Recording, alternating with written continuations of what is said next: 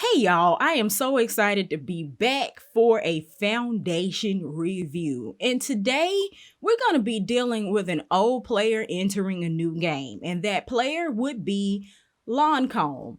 I don't know what's going on over at Lancome, but I've received not one but two foundations from them in the past month and a half to review. The first one I got was the Lancome Teint Idole Ultra Wear Care and Glow Foundation. I got this one courtesy of Buzz Agent, and I did do a mini review of this over on Instagram. So if you missed that, go over there and check it out. And then I received most recently the Teinte Idole Ultra Wear. And I said to myself, why am I getting this? This isn't new. Well, Lancome is trying to teach an old dog new tricks, and we're going to see if they succeeded today. So this is old school flagship Teinte Idole Ultra Wear with broad spectrum SPF 25. It is a full coverage foundation with a natural matte finish. It is supposed to be waterproof, sweat and humidity resistant, and under certain tests, consumer tests, they've said that it's supposed to last like 24 hours. Now, I want to be clear. I do not recommend anybody wearing their foundation for 24 hours. Wash your makeup off your face. At the end of the day, wash your makeup off your face. Wash your face, as the old people would say. So that's my PSA for this morning. We're not gonna test that long. But anyway, in terms of what's new with Lancome's foundation, they've introduced some properties that I feel like are trying to get on board with current trends. The first one is infusing their advanced airwear technology. It's supposed to give coverage with still a breathable, comfortable finish with added skincare ingredients. We talked about it on this channel. You've probably seen it in stores that a lot of brands are starting to integrate more skincare specific ingredients in their cosmetic formulas. Lancome is hopping aboard that train, adding, you guessed it, hyaluronic acid to this particular foundation, as well as vitamin E, moringa seed, which I've seen more so in hair ingredients, and prebiotics to this formula. Also, they are getting further on board with diversity and inclusivity. So this foundation in its relaunch now comes in 50 different shades. 28 of them are new.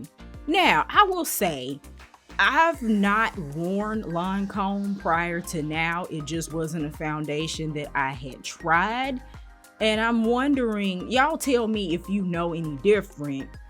If 28 of those shades are new, then 22 of the shades are old, and it makes me wonder how many shades they had before, because if 22 was all they had, that does seem like a really small number for a brand of this prestige and of this size. But anyway, they're trying to rectify it with a new 50 shade range in categories from fair to light to medium, medium to deep, and deep. And in terms of the 28 new shades, what's key here is that they've added to some shades ultramarine blue to the deeper shades to get those nice, rich, deep shades without the gray oxidization. Basically, the casket gray that a lot of us brown girls are familiar with. I've seen it a lot in foundations that have sunscreen in particular. So they're trying to rectify that. And for my olive friends out there, they've added chromium oxide green to give you your olive tones without excessive yellow or orange. So that's strides in the right direction. What I will mention is that the new shades, if you've used Teinte Idole before, they might not be 1-to-1 with your old shade. So per the instructions I received, I did use Lancome's new shade finder. So basically you open it up and it gives you the instructions for how to use it and how it works, and you give your consent and all of that, and it has you find natural light, really good light, whatever you have, and you center your face within the little shade finder situation, and it almost like scans your face and it has you spin around, which in most instances the light around you is not gonna be the same on all sides of you. You might have sun facing one direction and shade in another, so it has you spin around while it scans your face and it produces your shade matches, your best match in 2 options. In my case, if I remember correctly, it gave me a recommendation for 510 in, maybe 455 and 440 in, which was my option 2, and I ended up receiving option 2, 44 in this foundation. And when I say it's very important that you do this because the shades aren't 1-to-1, when I received Care and Glow and I ran this through to try to figure out what my shade would be, I ended up getting this in 510 in. This is 440 in. And as you can see, this is slightly different. I almost feel like the 510 in is actually a little bit cool. Even though this would have been the shade that they recommended here. So yeah. As a matter of fact, I'm just gonna swipe this for you all. This is 510 in Care and Glow. And this is 440. I don't know if you guys can see that, but that is absolutely 2 different colors. This is 510, which will probably be a great summer shade for me. And this is 440 on the back of my hand. 2 totally different shades. So be sure to just go in, check your shade finder. If you have access to a Sephora or Ulta where you might find this, go and swatch it. But also on Lancome's website, there is a code that you can use. I'll find it and put it below, that you can get up to 3 samples of this to help you find your shade. So with that being said, I am going to get ready and we will test this foundation together. And so here's our foundation. Lancome makes several suggestions about how to apply this. If you are oily or you have acne prone skin, they recommend using a sponge to apply the foundation and build up coverage.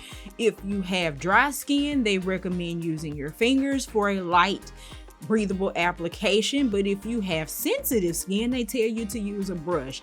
I generally use a brush anyway for my foundation. I'm definitely gonna use one today. So I'm just going to dot. I tend to dot a little bit of my foundation onto my face. I like to start with less and add more if I want more.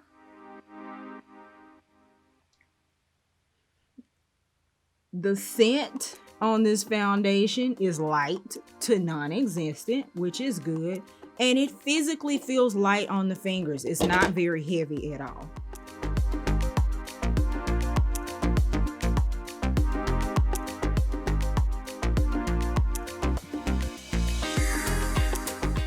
Make sure I go all the way out to my ears, underneath my jawline.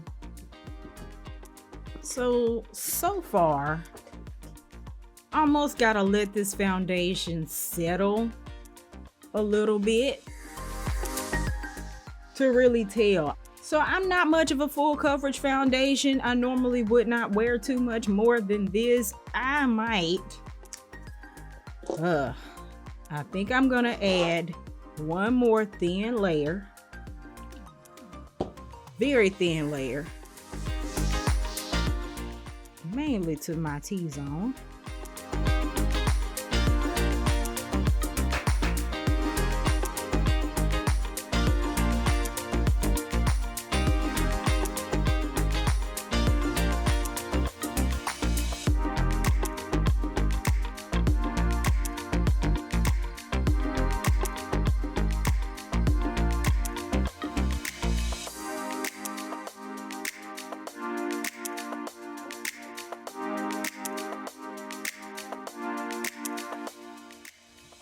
So I've done the rest of my face and we will see how this wears throughout the day. I think I applied this around 9:45, 10 o'clock today. It is about 70 degrees outside. It is very humid. It might rain today. And I'm already sweating. This makeup has to last me through the day. We're going to dinner tonight, and I don't plan on redoing or retouching much before then. So I will come back later on this evening and give you all the 8 to 10 hour wear test. Hey y'all, I'm back. It has been approximately 9 hours since I applied my makeup. I will insert here the natural light test, how this looked a couple of hours after my foundation application. I will say at first glance, the shade match isn't terrible. I do feel like the 510N that was the main recommendation would have been slightly better. I feel like the 440N in natural light is a little bit light, but it's passable. I did bronze up a little bit just to kind of help meld everything together. In terms of the wear, I'm still relatively matte, but I am starting to see changes in my T-zone, like right here in my nose, like my face is starting to look a little bit wet. It's not necessarily a bad thing, but not necessarily what I would expect from a full coverage matte foundation. In terms of waterproofing, sweat proofing, humidity proofing, for the most part, we've done pretty well. I don't see any like running or cracking or breaking necessarily from the foundation, but if I run my finger across like my nose, I do see an itsy bit of transfer, but nothing monumental to be like, oh man, this is terrible, but kind of a fair, normal amount. Now, as I said before, I typically do not wear full coverage foundation.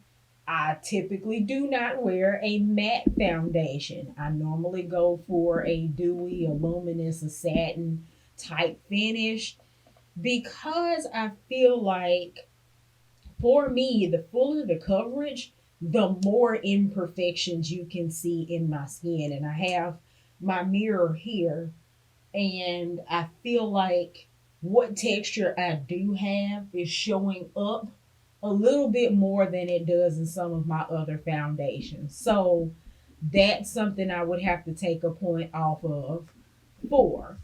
However, Lancome does say that if you want a more radiant finish out of this foundation, you can add serum or your favorite moisturizer. So that's something I would consider doing to this foundation to make it a little bit more palatable for my taste. But all in all, first impression, I give it an it's okay. I feel like I like the Care and Glow foundation a little bit better than this newly formulated classic Teinte Idole. But I think that comes down more so to personal preference of finishes with the radiant versus the matte. So if you are a user of Lancome or any other foundation, let me know what your favorites are so that I can try them and everyone else can too. Let me know your thoughts on this new formulation. And until next time, do what you love what you do, and keep at it. And I will see you soon for another one.